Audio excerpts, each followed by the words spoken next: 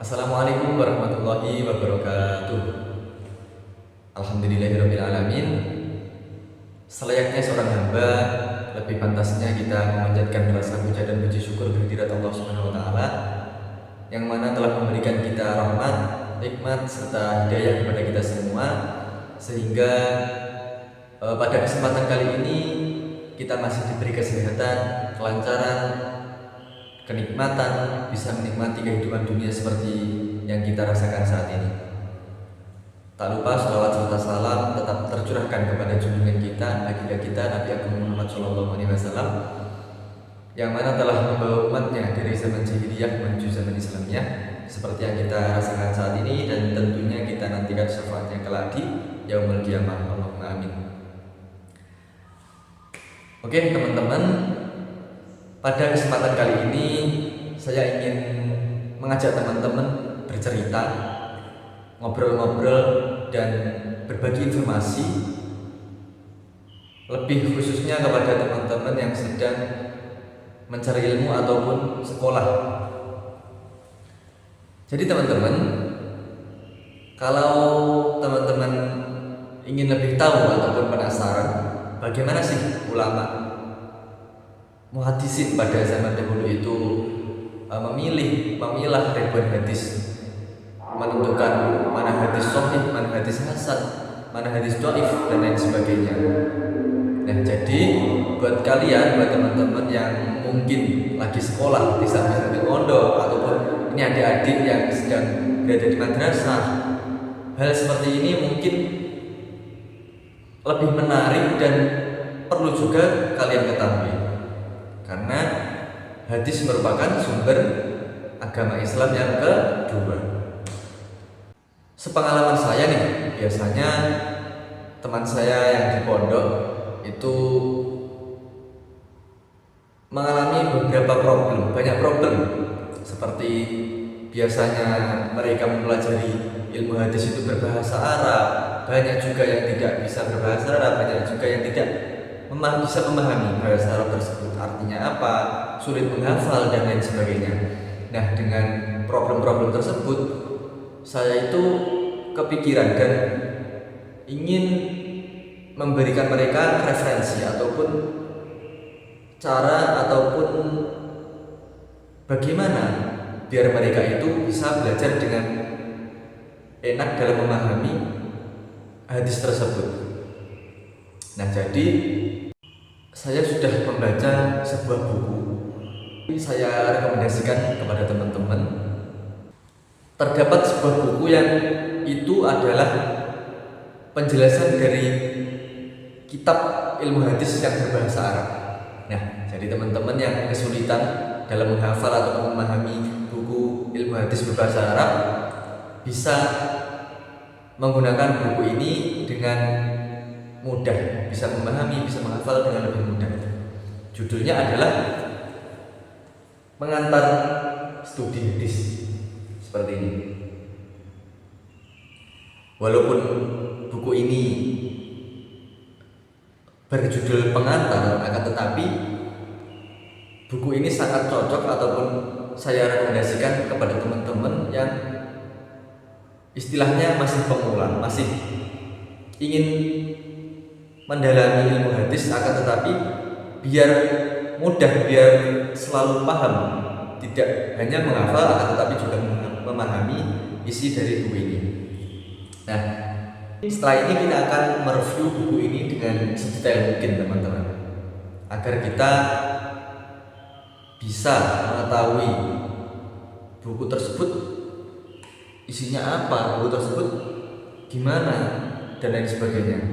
Dan tentunya agar kalian lebih tertarik dan memiliki serta membaca buku ini, karena buku adalah jembatan ilmu. Oke, kita mulai dari fisiknya terlebih dahulu ya teman-teman. Dari ukurannya sendiri, buku ini berukuran 15,5 cm kali 23 cm. 15,5 cm kali 23 cm dengan tebal 132 halaman. Jadi buku ini standar ataupun sangat cocok, tidak terlalu berat, tidak terlalu enteng, dan pas.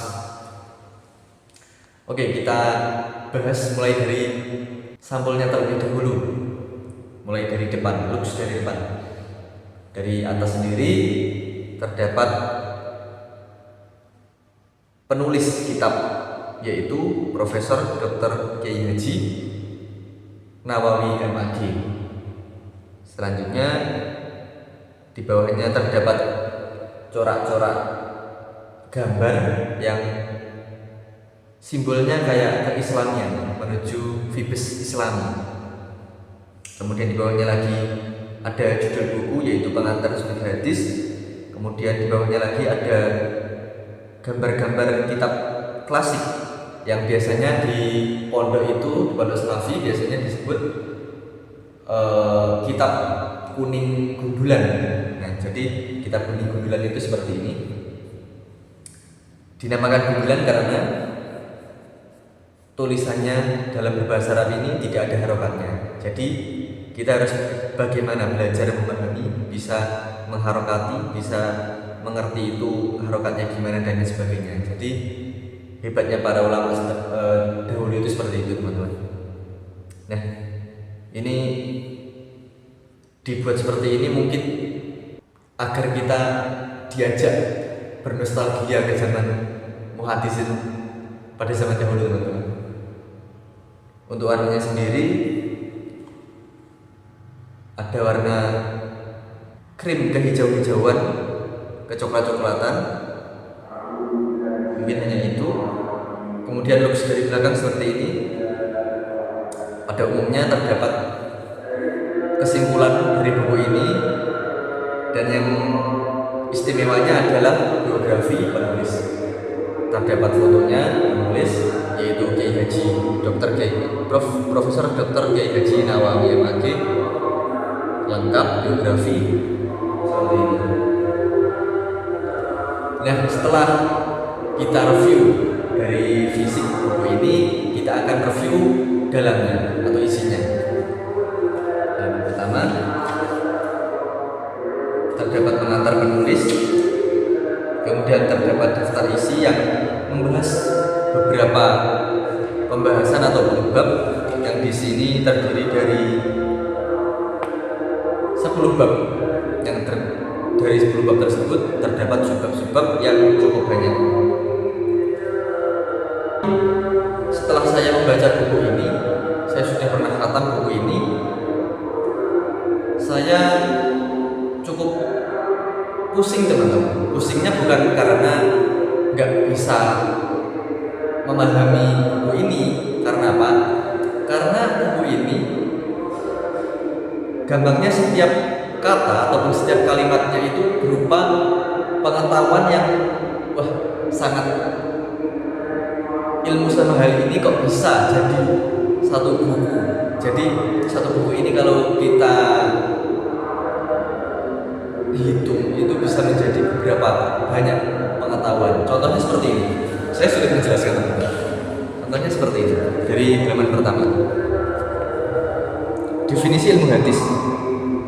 Ilmu berasal dari bahasa Arab, yaitu ilm, yang berarti ilmu pengetahuan. Nah, dari satu kalimat saja sudah berupa poin ataupun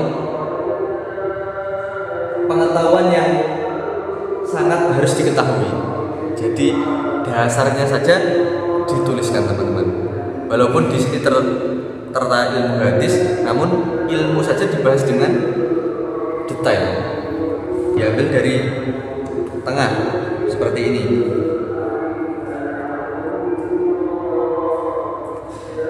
Hadis marfu. Hadis marfu secara gramatikal berarti yang diangkat, ya. Jadi perkataannya saja itu berupa poin dari beberapa penjelasan nanti. Nah, yang bikin saya pusing itu, teman-teman, ketika waktu ujian itu materinya sangat banyak sekali. Nah, dengan adanya buku ini, walaupun saya itu menghafal dari banyak materi tersebut, tetapi jelas saya lebih suka mempelajari materi yang jelas terteranya, jelas adanya, daripada materi yang nggak ada materinya, nggak ada tulisannya, jadi saya malas mencari-cari. Kalau di buku ini lengkap sekali teman-teman, dari pengertian, sangat detail, dari ciri-ciri, kelebihan dan lain sebagainya. Seperti itu. Untuk mungkin pembahasannya saya sampaikan, buku ini membahas apa saja teman-teman. Dari bab 1 pendahuluan, bab 2 historia perkembangan dan hadis, kemudian bab 3 klasifikasi hadis dari berbagai aspek, kedudukan hadis dalam Islam, fenomena pengingkaran hadis, teori al-jarh wa ta'dil, hadis maudhu, teori tahrir al-hadis, penelitian hadis, karakteristik kitab-kitab hadis, asbabul wurud dalam mengetahui hadis, teori penyelesaian hadis. Wah, jadi buku ini istilahnya sejarahnya ilmu hadis itu dari awal gimana sampai keluarnya hadis itu bagaimana. Jadi lengkap sekali teman-teman.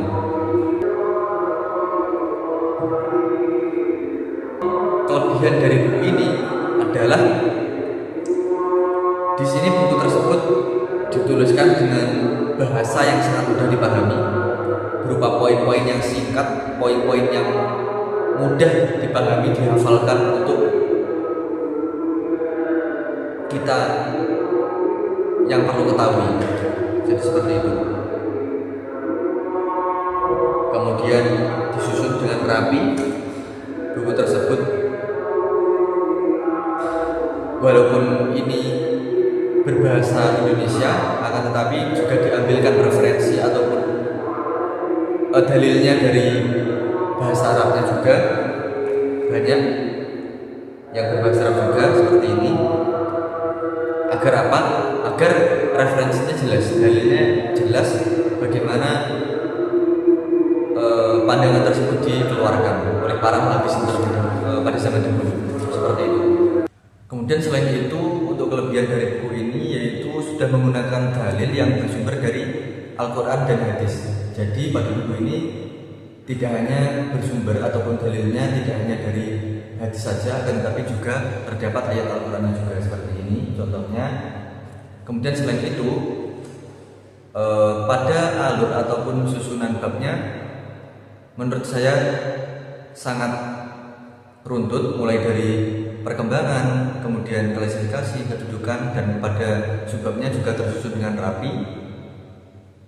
Untuk kekurangannya sendiri teman-teman, terdapat beberapa kekurangan yang saya ambil dari buku ini, yaitu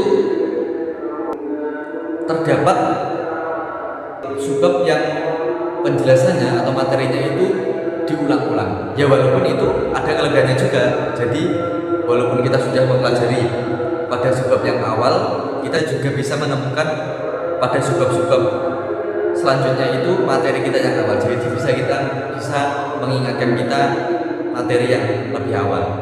Akan tetapi itu saya anggap lebih ke kekurangan, karena saya menyarankan saja pada buku ini, kalau babnya berbeda, mungkin subbabnya bisa berbeda juga. Walaupun menyinggung materi yang lebih awal, mungkin diganti dengan cerita baru yang juga benar dan ada referensi yang jelas, seperti itu. Mungkin kekurangannya seperti itu. Nah, mungkin juga sekian review buku kita pada kesempatan kali ini teman-teman. Jika kalian ingin memiliki buku ini, silahkan beli di toko terdekat. Mungkin ada toko buku ataupun kitab terdekat. Saya rekomendasikan kepada kalian semua, khususnya mungkin teman-teman yang berada di pondok yang susah menghafal ilmu hadis, susah memahami hadis, beli buku hadis yang berbahasa Indonesia saja dan tidak apa-apa untuk memahami, untuk mendalami sejarah-sejarah ilmu hadis, seperti itu. Dan mungkin cukup sekian ulasan saya terhadap buku ini. Mungkin ada kurang lebihnya, saya mohon maaf. Terima kasih atas waktunya. Wassalamualaikum warahmatullahi wabarakatuh.